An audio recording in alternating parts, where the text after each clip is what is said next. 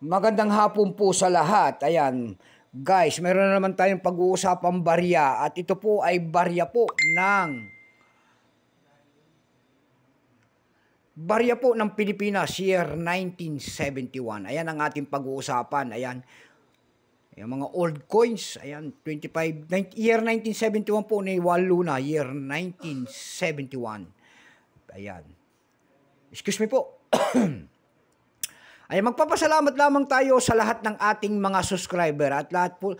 Magandang hapon po sa inyong lahat ng aking mga subscriber at 1K subscriber na po tayo. Thank you so much sa inyong lahat sa pagsuporta dito sa ating munting channel. Maraming salamat po and God bless sa inyong lahat.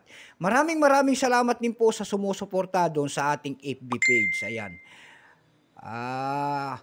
Thank you so much sa mga followers ko doon. Mabuhay po kayong lahat, lalo-lalo yung mga nagsisend ng ating mga star dyan. Thank you so much sa inyong lahat. Yun naman po, hindi pa po nakapag-subscribe dito sa ating munting channel. Ayan. Baka pwedeng mahingi sa inyo ng tulong at naglalambing lang. Baka pwede naman pakipindot ang ating subscribe button, like and share para lumago naman ang ating YouTube channel. Ang pag-usapan natin ngayong barya, ito po ay barya po ni Juan Luna. 25 centimos po, 50 centimo year 1971. Ayan, titignan natin ang kanyang presyo sa ating mga online selling kung magkano na. Pero bago yan, kilalanin mo muna natin siya. Issue po nito ay Philippines po. Period Republic 1946 up to date po. Type nito standard circulation coin shares. 1967 hanggang 1974. Value nito 25 centimos Juan Luna. Currency piso 1967 up to date po. Composition niya ay nickel brass. May bigat lamang itong 4 grams. May habang 21 mm. May kapal po naman itong 1.72 mm. Hugis po bilog. Orientation nito ay medal alignment. Itinigil naman ang paggamit sa barya na ito ng Pilipinas noong January 2, 1998. Number NDAS 3753. Reference number KM-199. Ayan, coat of arms of the Philippines ang kanyang nasa likod, guys. Ayan.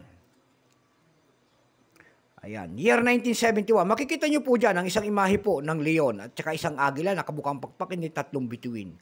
Ayan, yung leon na yan ay simbolo po ng Espanya. Yung agila po ay simbolo po ng Amerika. Yung tatlong bituin po nakasagisag sa atin yan. Luzon, Visayas, Mindanao. And lumang selyo po ng ating BSP.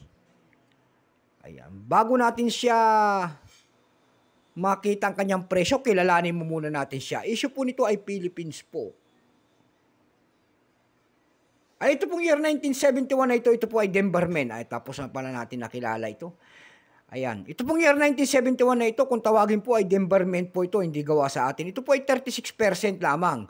Kung ilang piraso naman ang ginawa rito sa barya na ito, ng hawak natin, ito po ay 6 million piraso po. May price na rin po ito doon sa ating numista.com kung tawagin ng ating mga kolektor. Yung kanyang extra pen ay 27 pesos. Almost uncirculated ay 27. Ang circulated po nito ay nagkakahalaga po ng 27 pesos. Dako tayo sa kanyang mga presyo. Ayan, doon sa ating eb.com, ayan, mayroon tayong nakita nagbebenta doon ng $3. Nasundan po ito ng $4.49. Yung pinakamalit po ay $1.78. Dako tayo sa Carousel PH. Excuse me po. Sa Carousel page naman po, mayroon tayo nakita nagbebenta doon ng 500 pesos nito. Nasundan po ito ng 400 pesos. Yung pinakamababa po na bintahan doon ay nagkakahalaga po ng 65 pesos. Ayan lamang po ang aking may babaging kanyang presyo. Keep safe po sa lahat and God bless.